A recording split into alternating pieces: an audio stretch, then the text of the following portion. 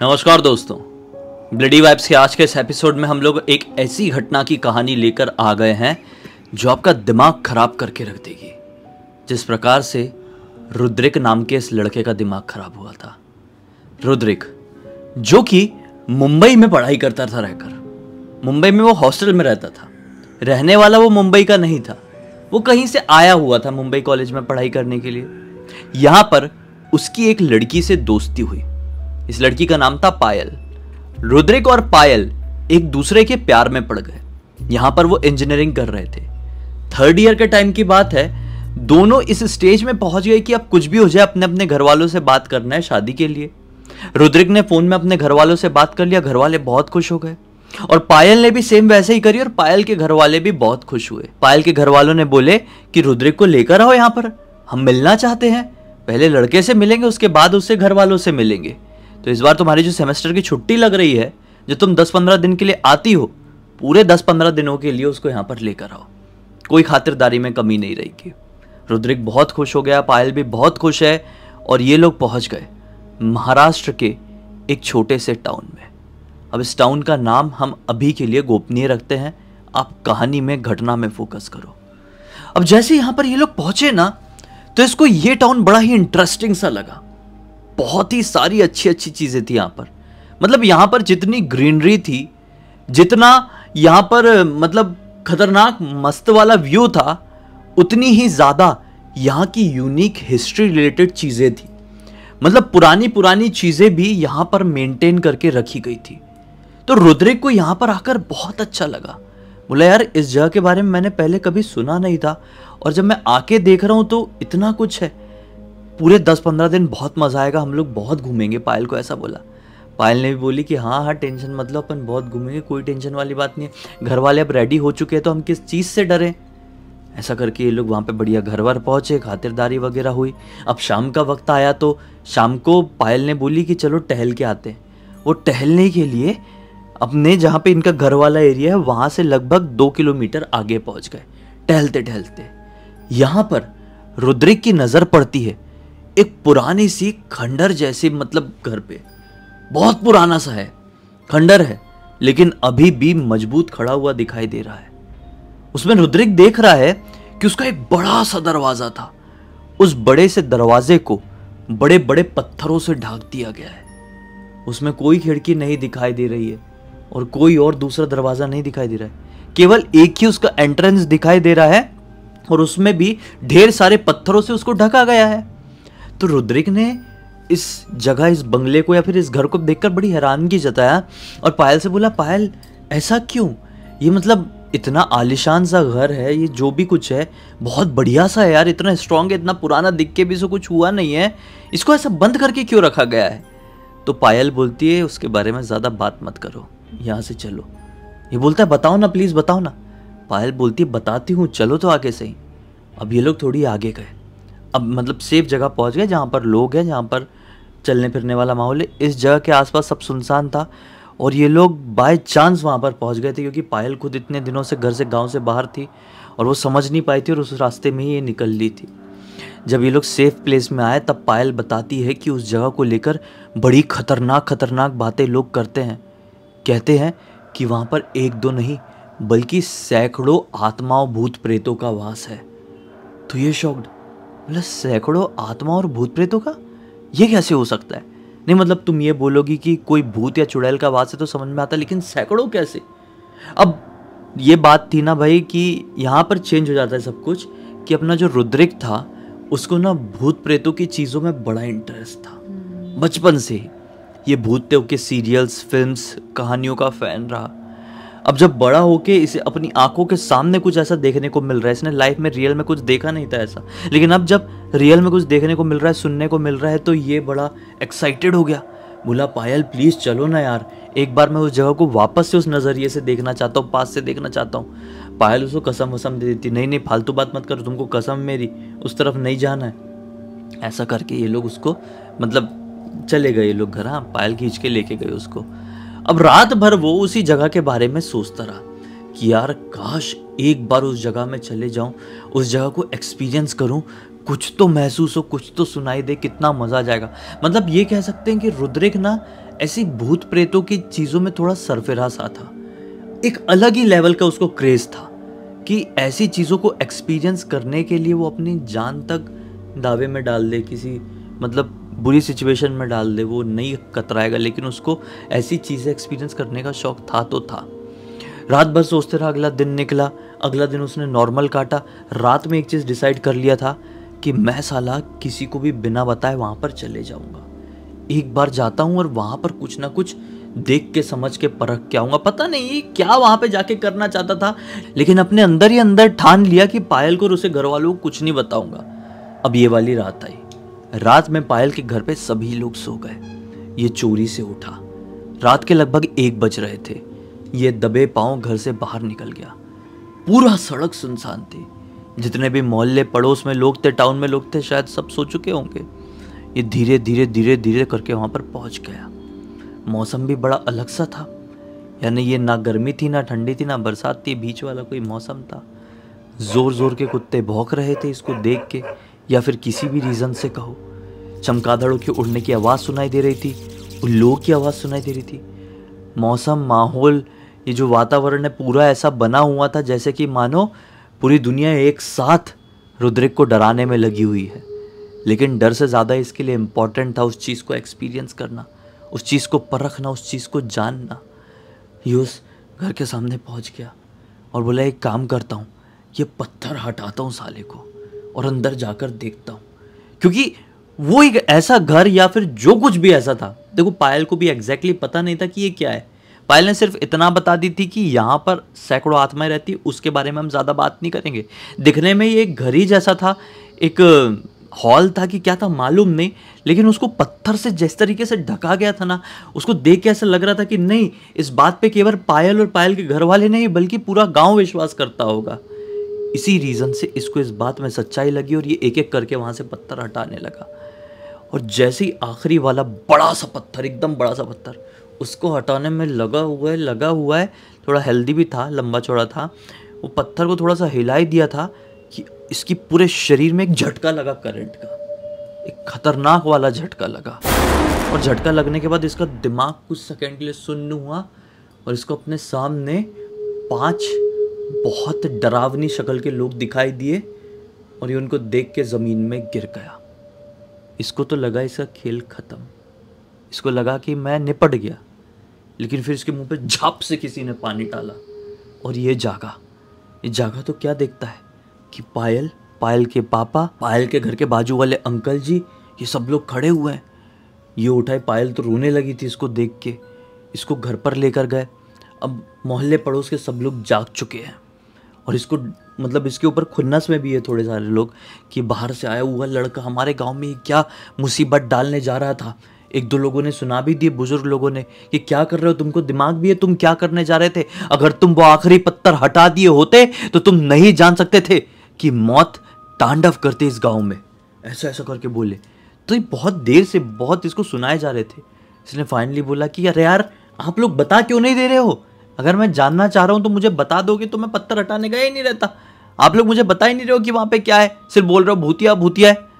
अब एक बुढ़े काका जी जिनने बोले थे कि तू क्यों हटा रहा था, पूरे गांव में मौत का तांडव होता, तब वो बोलते हैं कि बेटा ध्यान से सुनना, आज से लगभग 40 साल पहले की बात है। ये गांव बहुत ही समृद्ध गांव था। जैसा कि तुम आज देख रहे हो वैसा नहीं था। बाहर से लोग यहाँ पर रहने के लिए आते थे। रीज़न यही था। यहाँ के देखो कितनी यूनिक चीज़ें हैं। हिस्ट्री को मेंटेन करके रखा गया हमारे गांव में।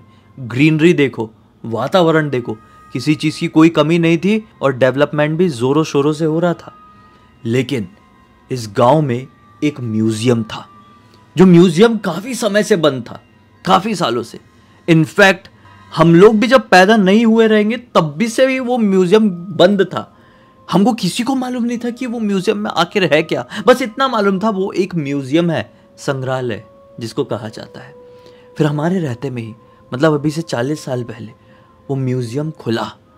जब वो म्यूज़ियम खुला ना, तो गांव में बिल्कुल एक खुशी की लहर दौड़ पड़ी कि यार गांव में म्यूज़ियम खुला है जो इतने सालों से बंद था।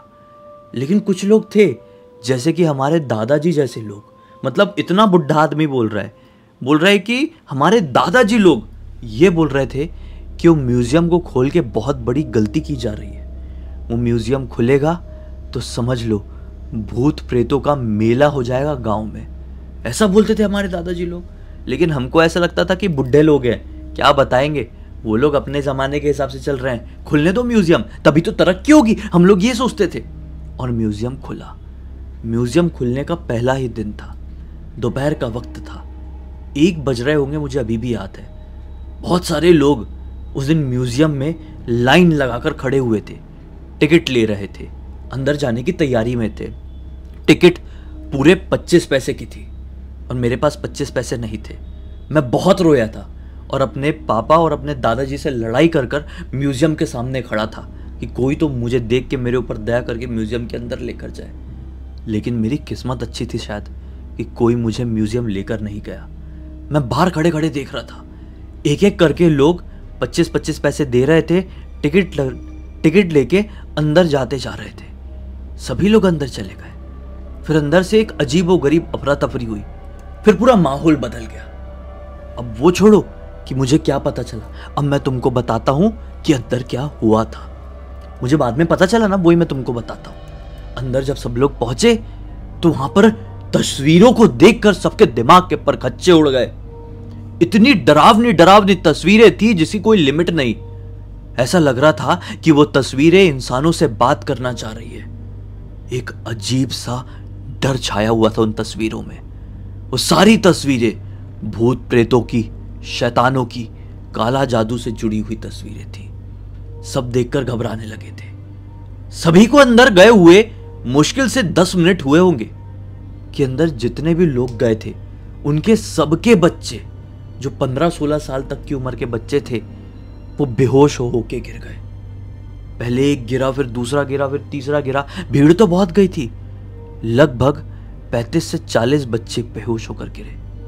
इस नज़ारे को देखकर वहां के सिक्योरिटी गार्ड को कुछ समझ में नहीं आया कि ये सब क्या हो रहा है। इतने में वहां का जो मैनेजर रहा होगा, जो उसको संभाल रहा था, वो आया। बच्चों को छूकर देखा तो बच्चों का शरीर ठंडा पड़ चुका था। मैनेजर ने बोला कि हमको जल्द से जल्द पुलिस को बुलाना पड़ेगा, कुछ समझ में नहीं आ रहा है, कोई भी बाहर नहीं निकलेगा, क्योंकि देखो इनके म्यूजियम के अंदर कुछ हुआ है। बच्चों की अगर जान चली जाएगी और कोई बाहर निकल गया तो कोई जो कल्प्रिट होगा वो निकल सकता है, छूट सकता है। इसलिए म्यूजियम के दरवाजे को बंद कर दिया गया। अब जितने लोग अंदर गए थे वो अंदर ही रह गए और थोड़ी देर बाद पुलिस आई। जब पुलिस आई तो पुलिस को देखकर सब लोग घबराने लगे। पुलिस किसी से कुछ सवाल करती तो जवाब दे ही नहीं पाते। उतने में ही पुलिस का जो एक अफसर था उसकी नज़र एक पेंटिंग में पड़ती है। वो क्या देखता है कि वो जो पेंटिंग है कुछ अलग सी दिख रही है। इस पुलिस वाले ने सुना हुआ था कि ये म्यूजियम ना जाने कितने सालों से बंद है, आज खुला है। उसके अंदर की तस्वीरें भी बहुत पुरानी है। पुलिस वाले को देखकर लगा कि ये तस्वीर ज़्यादा पुरानी नहीं है। उसने मैनेजर को बुलाया और पूछा कि ये तस्वीर कब की होगी, किस ज़माने में किसने बनाया होगा। तो मैनेजर बताता है कि साहब ये तस्वीर तो लगभग 400 साल पुरानी तस्वीर है, इसको आज के ज़माने में नहीं बनाया गया है। पुलिस वाला बोलता है कि ऐसा हो ही नहीं सकता। तुम इस तस्वीर के अंदर मौजूद उस लड़के को देखो, उसकी जो वेशभूषा है, उसके जूते, उसके कपड़े, उसकी शर्ट, उसकी टोपी, 400 साल पहले कोई ऐसा पहनकर घूमता रहा होगा। जरा सोचो, 400 साल पहले जिसने इस तस्वीर को बनाने की सोचा होगा उसके दिमाग में कैसे इमेजिनेशन आया होगा कि आगे चल के लोग ऐसी टोपी, ऐसी शर्ट, ऐसे जूते पहनेंगे। देख के कोई कह सकता है 400 साल पहले की फोटो है? मैनेजर ध्यान से देखने लगा। जितने लोग अंदर मौजूद थे सभी लोग देखने लगे। अलग अलग तस्वीरों में अलग अलग ऐसी चीजें थी। मतलब भूत प्रेत तो थे तस्वीरों में, लेकिन नए जमाने के लोग भी दिखाई दे रहे थे। सब हैरान हो गए कि कैसे हो सकता है। हम पहले आए थे अंदर तो तस्वीरों में सिर्फ शैतान ही शैतान दिखाई दे रहे थे, अब नॉर्मल लोग भी दिखाई दे रहे हैं। ठीक तरीके से तहकीकात हुई तो ये समझ में आया कि तस्वीरों के अंदर जो दिखाई दे रहे हैं आज के ज़माने के लोग, वो कोई और नहीं, वो छवि किसी और की नहीं बल्कि उन्हीं बच्चों की है जो बेहोश होकर वहां पर पड़े हुए हैं। सबका दिमाग खराब हो गया। पेरेंट्स लोग तो रोने लगे, चिल्ला चोट हो गया अस्पताल में, चिल्ला चोट हो गया म्यूजियम में। किसी को कुछ समझ में नहीं आ रहा है। इतने में पुलिस वाला बोलता है, देखो मैं एक व्यक्ति को जानता हूं जो ऐसी सारी चीज़ों के ऊपर रिसर्च करता है। यहाँ का रहने वाला नहीं है, वो पुणे का रहने वाला है और यहाँ पर आया हुआ है, मैं उसको बुलवाता हूँ। तुरंत ही पुलिस अफसर ने एक हवलदार को भेजे। वो लड़का, वो आदमी जहाँ भी रुका रहा होगा, वो पैरानॉर्मल एक्सपर्ट था, उसको बुलाया गया। वो अंदर आया, उसने मैनेजर से सारी बात सुना और फिर ये पूछा कि क्या आपको मालूम है कि ये तस्वीर किसने बनाया होगा 400 साल पहले। तो मैनेजर बोलता है कि साहब हमको तो नहीं मालूम, लेकिन हाँ एक बुजुर्ग सिक्योरिटी गार्ड है जो अंदर वाले कमरे में पीछे तरफ गेट में रहते हैं, हम उनसे पूछते हैं, उनको बुलवाते हैं। तो बुजुर्ग सिक्योरिटी गार्ड को बुलवाया गया।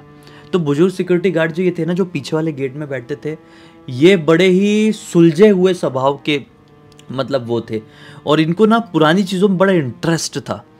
तो ये बताते हैं कि भैया से 400 साल पहले एक राजा हुआ करते थे यहाँ पर, जो कि अपनी हर एक रणनीति में बहुत ज़्यादा दिमाग लगाकर चलते थे। उन्होंने कोई दूसरे देश से एक जादूगर को बुलवाया और बोले कि कुछ ऐसी तस्वीरें बनवाओ जिसमें काली शक्तियों का उपयोग किया जाए और तंत्र शक्तियों की मदद से मैं जब चाहूं तब अपने दुश्मनों को उन तस्वीरों में, उन शैतानों के साथ कैद कर सकूं। बस उस जादूगर ने राजा के कहने पर ऐसी तस्वीरें बनाई, ढेर सारी तस्वीरें बनाई। सभी लोग ने कहा राजा को कि आप बहुत गलत कर रहे हो, इससे आप दूसरी दुनिया की शैतानी आत्माओं को हमारी दुनिया में आने का एक रास्ता दिखा रहे हो। लेकिन राजा नहीं सुना और राजा ने वो तस्वीरें अपने महल में लगवा दिया। कुछ ही समय के अंदर उस राजा का पूरा परिवार खत्म हो गया, पूरा साम्राज्य। दुश्मन तो खत्म हो ही चुके थे ऑलरेडी, दुश्मनों की आत्मा सचमुच में उन तस्वीरों में कैद हो रही थी। लेकिन कैद हो रही थी, उनकी निगेटिविटी तो थी ना, और उन्हीं दुश्मनों की आत्माओं ने राजा को और उसके परिवार को खत्म करके रख दिया था। बस तब से इन पेंटिंग्स को उस राज दरबार के तहखाने में रख दिया गया। फिर काफ़ी साल बीत गए, बंद पड़ा रहा।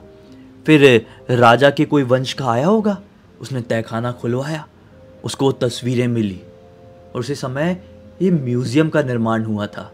किसी और वजह से हुआ रहा होगा, सरकार ने, अंग्रेज़ों ने किसी और से रीज़न से कराए होंगे, लेकिन उसने, उस राजा के वंश वाले व्यक्ति ने, उस राजकुमार ने उन तस्वीरों को इस म्यूज़ियम में लगवा दिया। और जिस दिन म्यूज़ियम में तस्वीरें लगी हुई थी ना, उसी दिन म्यूज़ियम में आग लग गई थी, सब कुछ जलकर खाक हो गया था। लेकिन ये तस्वीरें नहीं जली। वो म्यूज़ियम वापस से उसको वो किया गया, बनवाया गया और डिसाइड कर लिया गया इस म्यूज़ियम को हमेशा हमेशा बंद रखा जाएगा। फिर ये खुला आज, और आज ये सब कुछ हुआ। हमारा तो ये कहना है कि साहब इस म्यूज़ियम को बंद करवा दीजिए। उतने में पैरानॉर्मल एक्सपर्ट बोलता है, वो बात की बात है, हमें पहले बच्चों की आत्माओं को तस्वीरों से बाहर निकलवाना है। फिर क्या था, वो जो भी था पैरानॉर्मल एक्सपर्ट, उसको झाड़ना फूकने सारी चीज़ें भी आती थी, भूत प्रेत से रिलेटेड चीज़ें भी। उसने अपने बैग में कुछ तो भी एक पाउडर लेकर आया था।